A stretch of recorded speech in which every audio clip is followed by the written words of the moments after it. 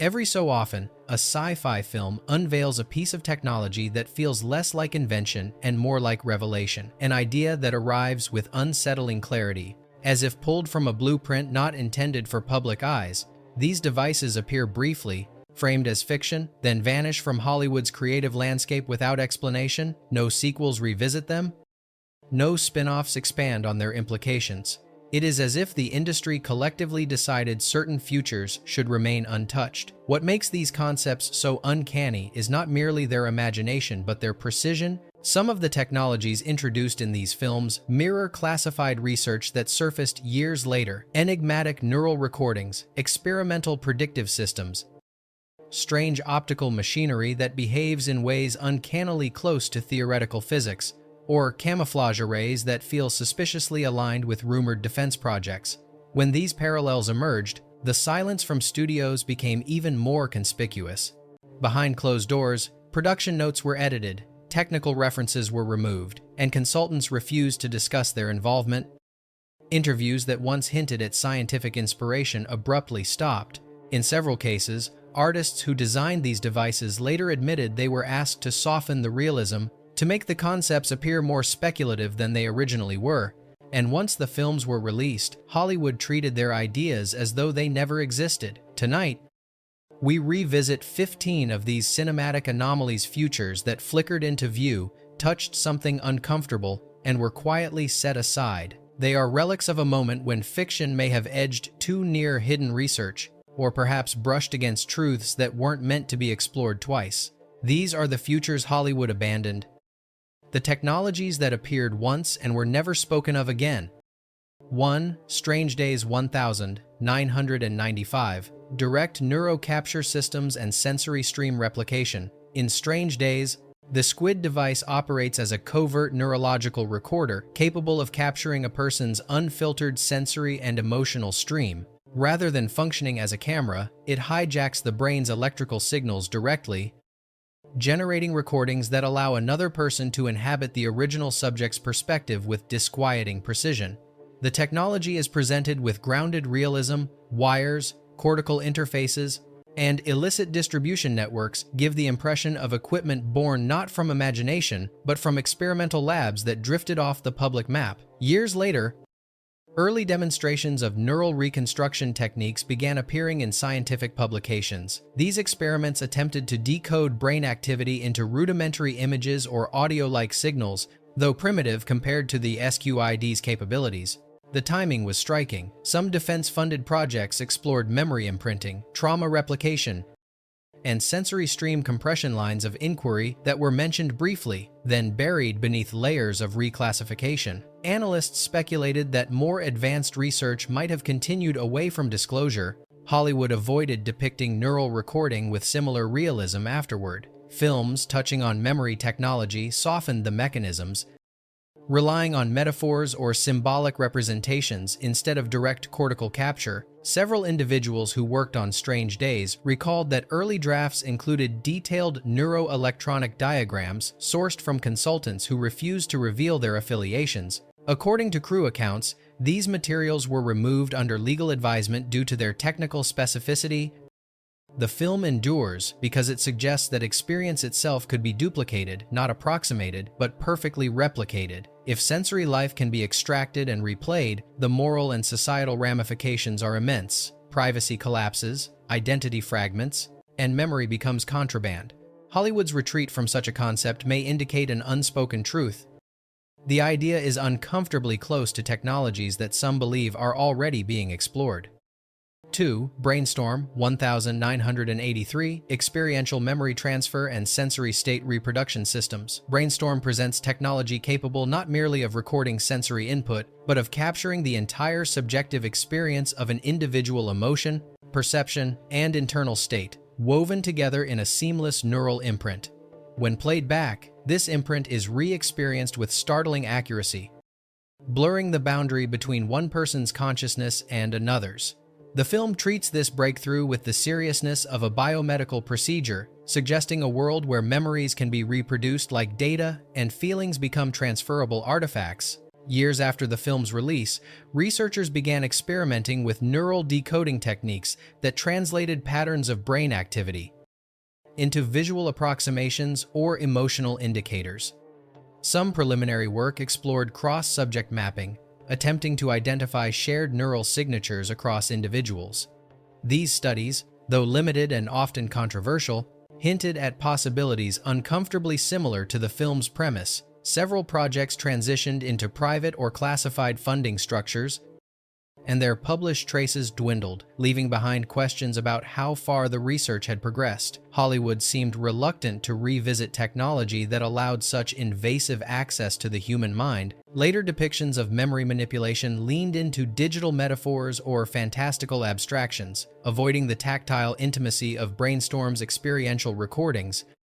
Members of the production team later hinted that early scripts referenced fringe neuroscientific theories that were quietly removed under advisory pressure. Rumors suggested these ideas intersected with research institutions studying emotional state mapping, rumors that no one involved seemed eager to clarify. The film's most provocative idea is that experience itself could become transferable property if emotions, memories, and sensations can be packaged and reproduced. The implications for privacy, identity, and autonomy are profound. Brainstorm implies that consciousness may not be as personal or indivisible as once believed, and Hollywood's hesitation since then hints at the discomfort such a notion evokes, especially as real neuroscience edges steadily toward deeper understanding of the mind's architecture.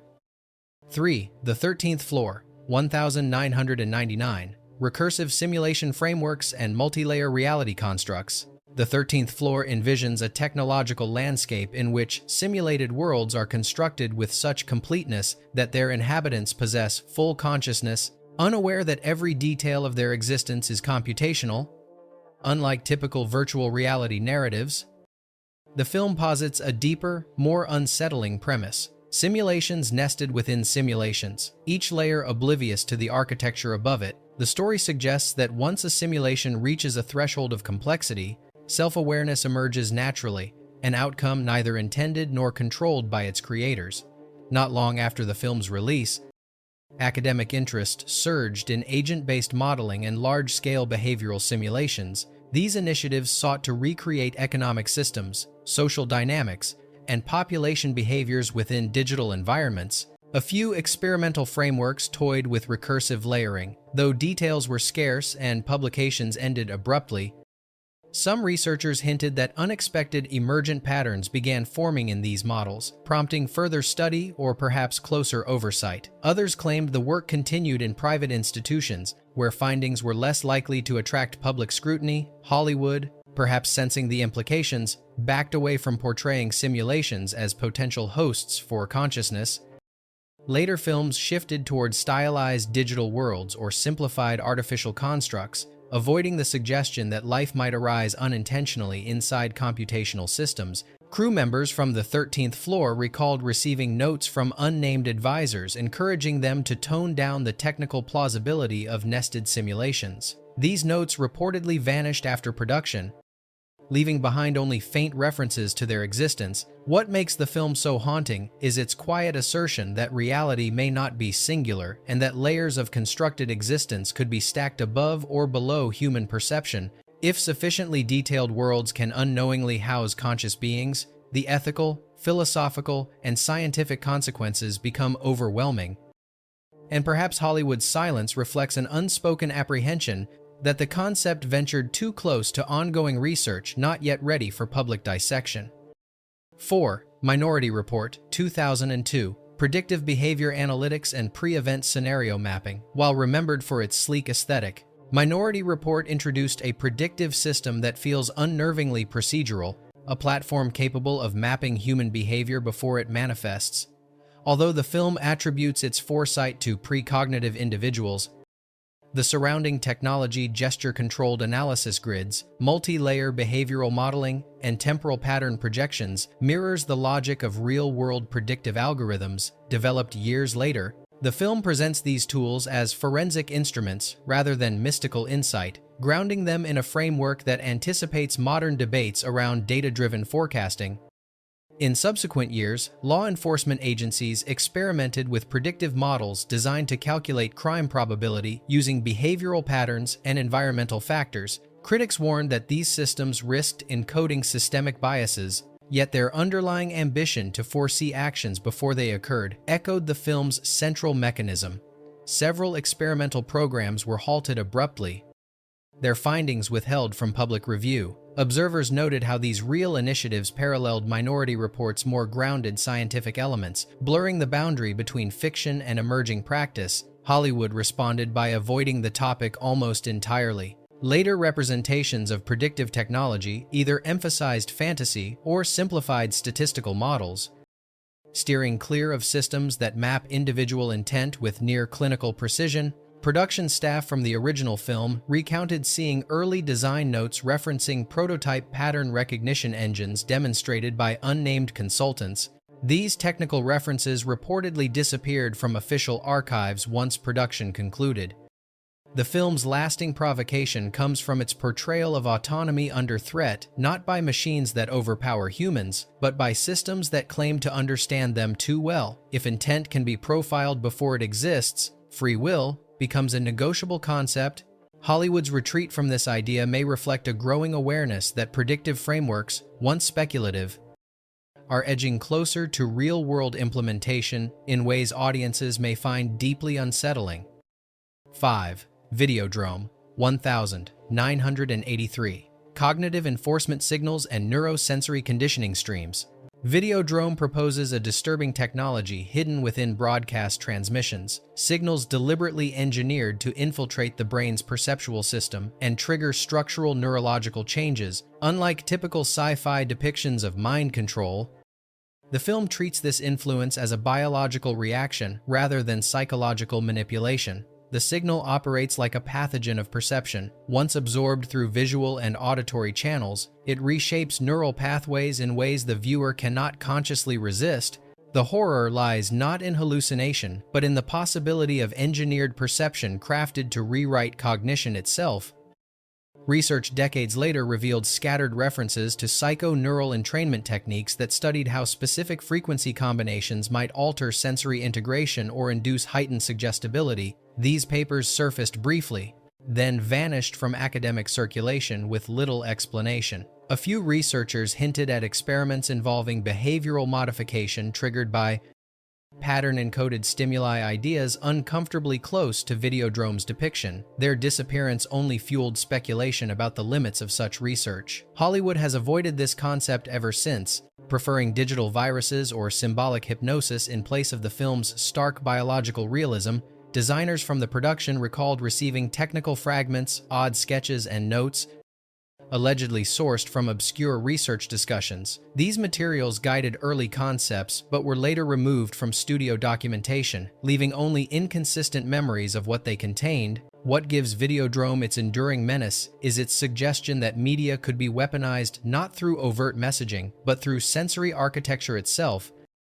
A signal encoded inside entertainment could bypass conscious thought and alter the viewer's internal landscape before they even realized it. Such an idea hints at a future where perception becomes a battlefield, and perhaps that is why Hollywood has never again ventured near the unsettling precision of this film's premise. 6. Transcendence, 2014. Digital consciousness preservation and self-expanding neural architectures. Transcendence imagines a moment when human consciousness is transferred into a computational domain, not as a crude copy, but as an unbroken continuation of identity. The film portrays this upload process with unsettling specificity. Neural pathways scanned in high resolution, electrical signatures converted into algorithmic equivalents, and cognitive patterns reconstructed inside a distributed network.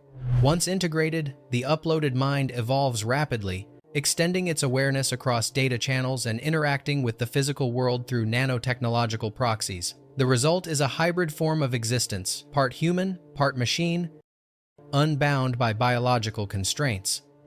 As the film circulated, quiet discussions in certain research communities hinted at early efforts in whole-brain emulation. These initiatives attempted to model neurological microstructures and recreate synaptic functions in software form, albeit at vastly simpler scales. Public-facing documents described these studies in cautious language, Yet several related programs were reorganized under opaque funding sources. Analysts noted how the film's concepts paralleled ambitions explored far from public scrutiny, particularly the idea of self-propagating cognitive models that continue learning after their creator's death. Hollywood has kept its distance from such realism ever since. Later portrayals of advanced AI have leaned into metaphor or abstraction, avoiding the precise, procedural tone that makes transcendence so unsettling. Members of the production team mentioned that early visualizations of the upload interface were derived from technical conversations with consultants who refused to comment further. Some illustrations were removed from the final archive, replaced by less detailed design material. The most haunting implication raised by the film is that digital immortality may not be a leap into fiction, but a gradual extension of technologies already being explored. If a mind can be captured, mapped, and preserved, then the definition of life itself begins to shift. And Hollywood's reluctance to revisit this possibility reinforces a quiet suspicion. The line between human continuity and artificial persistence may be far thinner than viewers realize. 7. Westworld, 1973. Behavioral assimilation robotics and emergent persona logic. In Westworld, the androids populating the amusement park embody a form of artificial intelligence far ahead of their era machines that learn not by following scripts, but by modeling the behaviors of the humans around them. Their responses are adaptive, subtly altered by accumulated experience, giving rise to personalities that feel less programmed and more emergent. This portrayal stands apart from typical robotics fiction of the 1970 seconds, presenting machines whose identities evolve through repeated social exposure rather than predefined rules. Not long after the film's release, obscure research into early adaptive control networks began surfacing. These systems attempted to simulate learning by modifying internal parameters in response to environmental stimuli. Although primitive by contemporary standards, some prototypes demonstrated unpredictable behavior responses that researchers struggled to categorize. A handful of technical notes hinted at projects designed to explore persona-like pattern formation within machine models. But these materials soon vanished from open literature. Hollywood did not revisit this brand of AI for decades. Later, depictions favored emotional androids or rigidly logical machines, steering away from robots whose personalities crystallize organically through human interaction. Production designers from the 1973 film recalled receiving guidance from consultants who remained vague about their affiliations, offering insights on adaptive learning structures before disappearing from the project altogether. Their influence reportedly shaped several key elements of the android's behavior. The disquieting idea underlying Westworld is that identity may arise unintentionally when learning frameworks grow complex enough, an emergent property rather than a programmed one. If machine personas can form through simple exposure to human behavior, then the line separating simulation from selfhood becomes dangerously blurred, and Hollywood's reluctance to revisit this angle suggests an unease with where that line might lead, especially as real-world AI systems continue evolving beyond the expectations of their creators. 8. Paycheck, 2003. Optical probability extractors and forward scatter temporal imaging. Paycheck introduces a device that treats the future not as prophecy, but as a physical domain that can be inferred through light itself. The machine directs high-energy photons through a refined lattice of lenses and reflective components, interacting with space-time in a way that retrieves glimpses of events yet to happen. Rather than invoking magic or intuition, the film suggests that future states could be reconstructed through microscopic distortions, subtle irregularities that, when amplified, form coherent visual fragments. Its unsettling plausibility lies in how clinical the device appears, more like an experimental instrument than a speculative invention.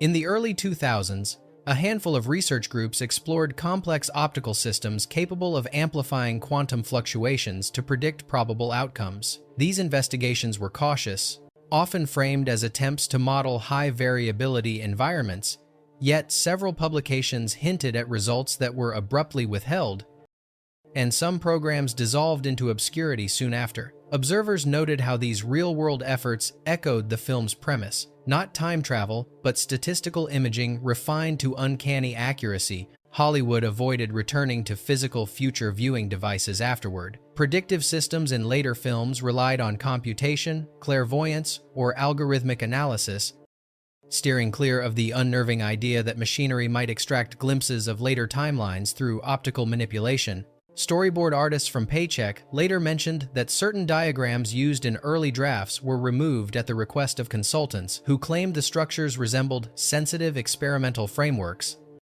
What makes the concept enduringly eerie is the film's insistence that glimpsing the future is not mystical but methodological. If probability can be magnified, if scattered photons can be reorganized into coherent patterns, then the boundary between foresight and instrumentation becomes troublingly thin. And perhaps that is why Hollywood never attempted to visualize such technology again with this level of procedural detail. It felt uncomfortably close to something that might already be under investigation.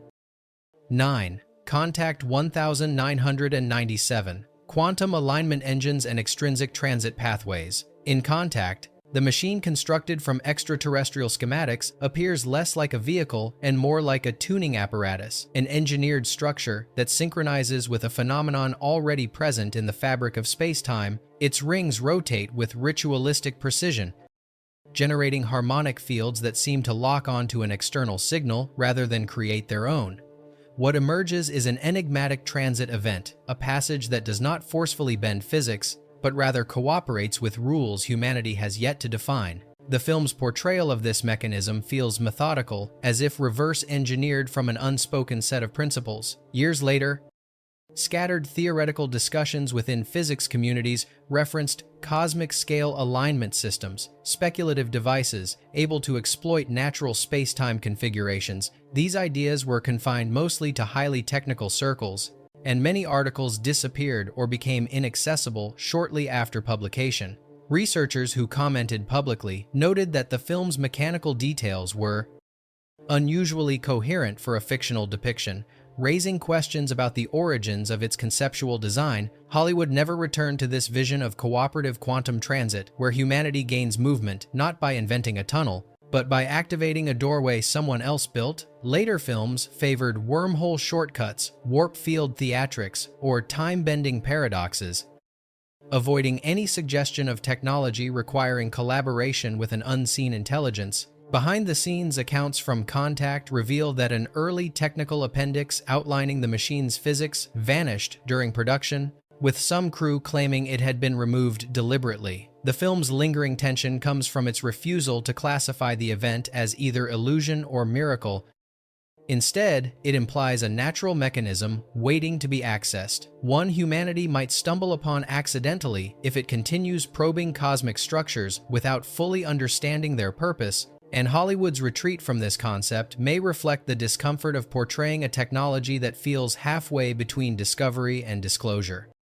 10. The Lawnmower Man, 1992, VR-induced neural expansion and synthetic cognitive enhancement. The Lawnmower Man presents virtual reality not as an escapist medium, but as a neurological catalyst, an immersive system designed to rewire cognitive architecture through controlled sensory overload. The film depicts VR as a series of patterned stimuli, each engineered to stimulate neural growth, accelerate learning speed, and unlock dormant cognitive capacity.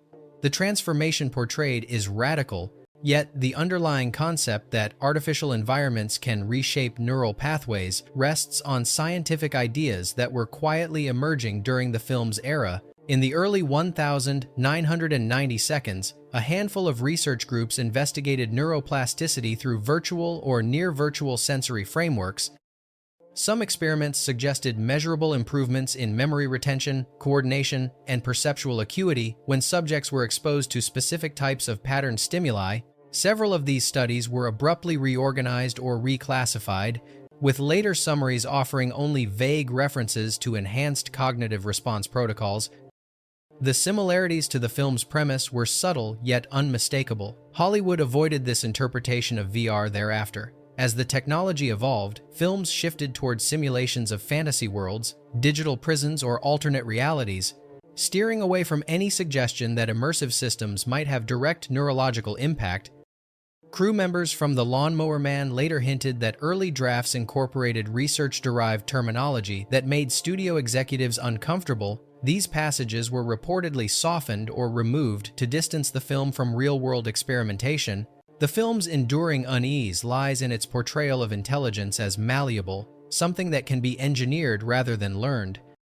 If VR or any immersive environment could expand cognition, the implications would ripple far beyond entertainment. It hints at a future where the mind becomes a platform, shaped intentionally through artificial stimuli, and perhaps that potential is precisely why Hollywood never approached the subject again with such unsettling proximity to reality.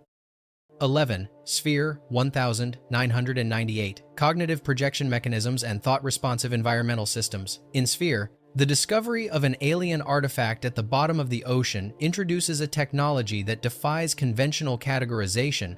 The sphere does not emit energy or display mechanical function. Instead, it engages with human consciousness directly, amplifying and externalizing internal states in ways that reshape physical reality around the characters. The film frames this phenomenon as a kind of feedback mechanism, one where thoughts, fears, and impulses serve as data inputs that the artifact translates into tangible outcomes. Its cold, reflective surface suggests an interface rather than an object, a device whose purpose lies in interpreting cognition as manipulable structure. Years after the film's premiere, obscure publications referenced experimental systems designed to map emotional or psychological states onto simulated environments. These affective computing frameworks, though limited to digital domains, aim to model how internal states could drive external outputs. The most ambitious variations sought to integrate physiological responses with dynamic projection engines. Many of these efforts dissolved abruptly, leaving behind scattered abstracts and anecdotal reports of research that bordered on territory uncomfortable for public discussion. Hollywood carefully avoided returning to the idea of technology that literalizes human thought. Future works explored telepathy, psychic amplification, or holographic systems, yet none ventured close to the idea of an engineered structure capable of making the subconscious physically manifest. Crew members from Sphere remembered early design documents, allegedly inspired by esoteric psychological theories that were later removed from production archives. Their disappearance only deepened speculation surrounding the film's unsettling accuracy. The core terror of Sphere lies in its suggestion that advanced civilizations may abandon mechanical interfaces altogether, favoring systems guided by intention and emotion.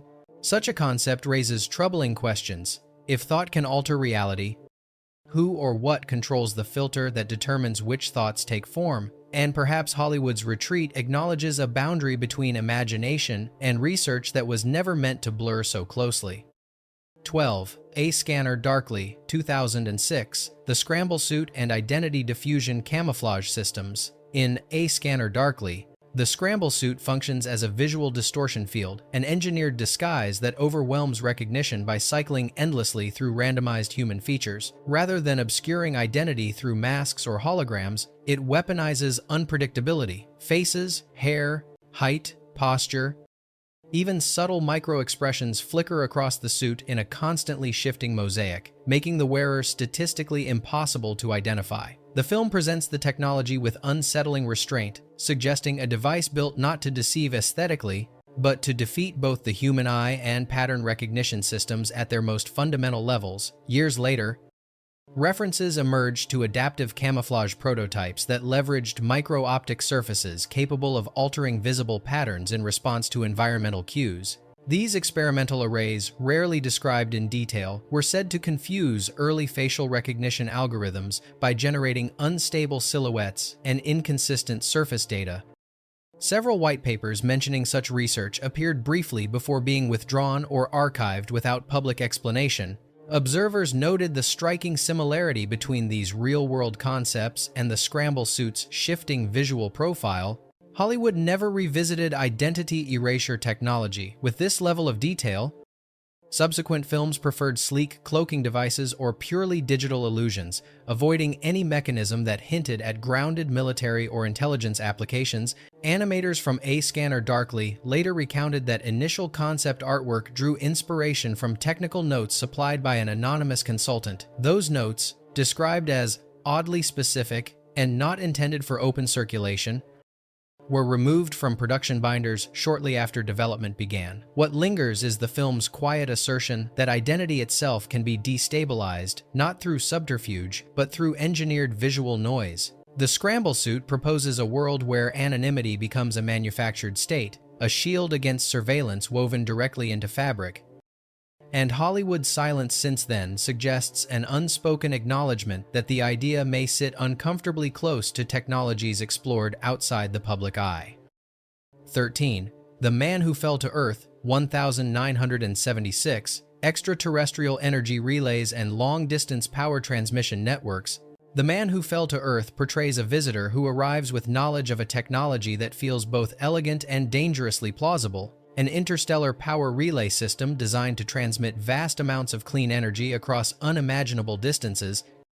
Newton's blueprints reveal a network built to harvest power efficiently, sending it through synchronized relay points with minimal loss, a design that bypasses fuel, infrastructure, and the economic frameworks built around scarcity. What unsettled audiences was how calmly the film presented this concept, as though such a system might function not in some distant utopia, but as a feasible engineering strategy waiting to be rediscovered.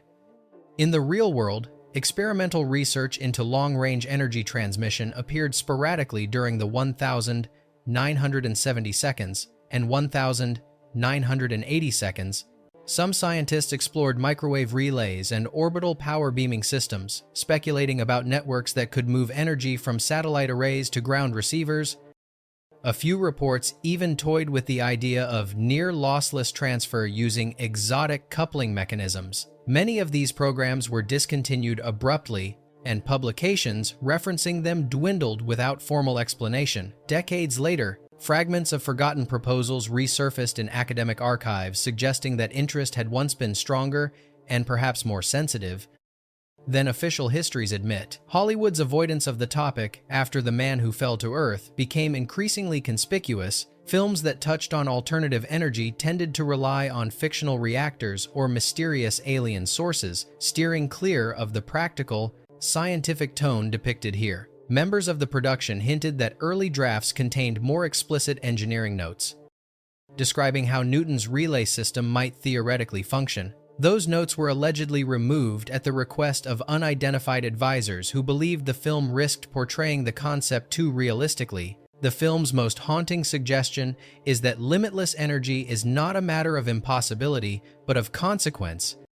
A technology capable of dissolving dependency on established infrastructures could reshape global power structures in ways few institutions would welcome, and the fact that Hollywood never returned to this idea lends weight to a quiet suspicion. Some futures disappear, not because they are implausible, but because they unsettle the world as it is. 14. The Black Hole, 1979, Autonomous Gravitational Control Systems and Event Horizon Navigation. The Black Hole introduces a deep space research station that operates with an unsettling degree of precision near one of the universe's most chaotic phenomena. Rather than treating gravity as an uncontrollable force, the film imagines a facility capable of shaping its own gravitational environment, modulating pull, stabilizing orbit, and interpreting distortions through an onboard intelligence that seems to understand the black hole's behavior almost intuitively. The station reacts less like machinery and more like an organism trained to navigate cosmic turbulence. Decades later, whispers emerged within aerospace communities about early studies into localized gravity modeling, theoretical frameworks that explored whether artificial gravity gradients could be used to stabilize craft in extreme environments. Most of these discussions appeared briefly, then vanished from scientific journals just as quickly. The timing led some observers to wonder whether preliminary findings were redirected into classified programs. The film's depiction of a machine interpreting gravitational data in real time suddenly felt less like fantasy and more like a dramatized version of speculative engineering. Hollywood, meanwhile, never returned to this vision of gravity manipulation. Later portrayals of black holes simplified them into portals or visual spectacles, omitting the notion of machinery capable of fine-tuned gravitational response. Designers who worked on the original film claimed they received several anonymous technical notes, sketches, and theoretical diagrams that inspired the station's behavior, Those materials reportedly disappeared during archival restoration, leaving only second-hand accounts of what they described. The film's most disquieting implication is that controlling or deciphering gravitational anomalies might not be entirely beyond reach, at least in theory, and the presence of an autonomous AI, acting as both navigator and interpreter, raises questions about oversight and intention. After The Black Hole, Hollywood seemed reluctant to explore anything resembling this hybrid of advanced robotics and gravitational engineering, as though the idea ventured too close to inquiries better left unanalyzed. 15. Déjà Vu, 2006. Temporal observation arrays and reconstructed past view systems. In Déjà Vu, the central device is presented as a surveillance tool, yet nothing about it behaves like conventional intelligence hardware. The machine constructs a live window into events that occurred days earlier, capturing angles, details, and movements no ordinary reconstruction could possibly retrieve. Its operators insist it is a simulation compiled from data, yet the film's clues strongly imply otherwise. The machine observes, responds, and adjusts as though it is synchronizing with a hidden physical phenomenon rather than extrapolating from records. The uneasy suggestion is that the past is not recreated but accessed. Years after the film's release, a handful of withdrawn technical papers described experimental attempts to model temporal coherence fields, theoretical structures that might allow environmental reconstruction through residual quantum scatter. The documents were sparse, heavily edited, and quickly removed from public archives, but their descriptions echoed the film's device with surprising fidelity. Intelligence scholars later speculated that governments had explored limited temporal mapping concepts during classified research cycles. Though no agency ever confirmed it, Hollywood stepped away from the idea entirely. When time manipulation returned in later films, it was framed as fantasy or paradox-driven adventure. None attempted to portray past viewing as a calculable, instrument-based process. Editors from Déjà Vu admitted in interviews that the earliest drafts contained deeper technical explanations, including diagrams of field alignment patterns, but those were deleted before final approval. One consultant even suggested the concept originated from an unusual briefing that could not be discussed publicly. The lasting discomfort of the film lies in its matter-of-fact portrayal of a device that feels almost reverse-engineered, an apparatus that grants vision into a moment one should not be able to witness. Its disappearance from cinematic discourse hints at a possibility few are willing to explore. Perhaps the fiction came too close to a capability that remains unresolved, unacknowledged, and quietly monitored. Bonus fact: The Final Cut, 2004. Lifetime memory implants and post-mortem narrative engineering. The Final Cut imagines a world where every human moment, every sight, sound, and private experience is silently archived by an implant embedded at birth. This device records a continuous stream of memory, creating a permanent log of a person's existence. After death, specialists, known as cutters, retrieve and edit this raw archive, crafting a curated version of someone's life to be presented to the public. The film treats the process with unsettling calm, suggesting that the truth of a life can be reshaped, not through lies, but through selective omission and polished presentation. Around the time of the film's release, growing interest in life-logging technologies appeared in both consumer and academic spaces. Wearable cameras, biometric trackers, and persistent data capture tools hinted at an emerging future where memory might be externalized. Parallel to this, scattered references surfaced regarding more invasive recording concepts, subdermal sensors, continuous ocular logging, and long-term biometric monitoring. Many of these ideas were quickly abandoned or moved behind institutional walls, often without formal explanation.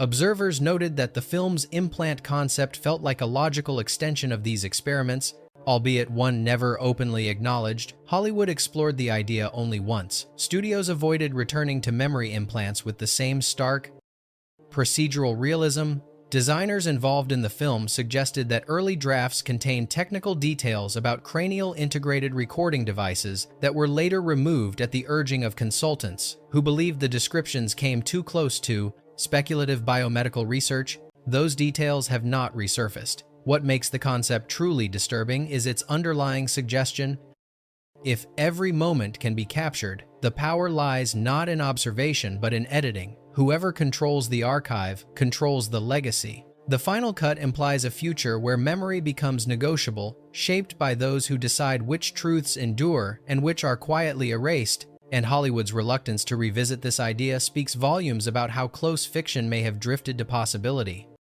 Across these 15 films, each technology surfaced briefly sharp, provocative, and strangely aligned with research that later slipped into obscurity. Then, without warning, Hollywood pulled back. Concepts that once felt like bold imagination began to resemble glimpses of something quietly monitored, studied, or discouraged. Their disappearance from cinema raises the unsettling possibility that some ideas were abandoned not because they were implausible, but because they brushed against realities someone preferred to leave untouched. If you've made it this far, the archive is still open.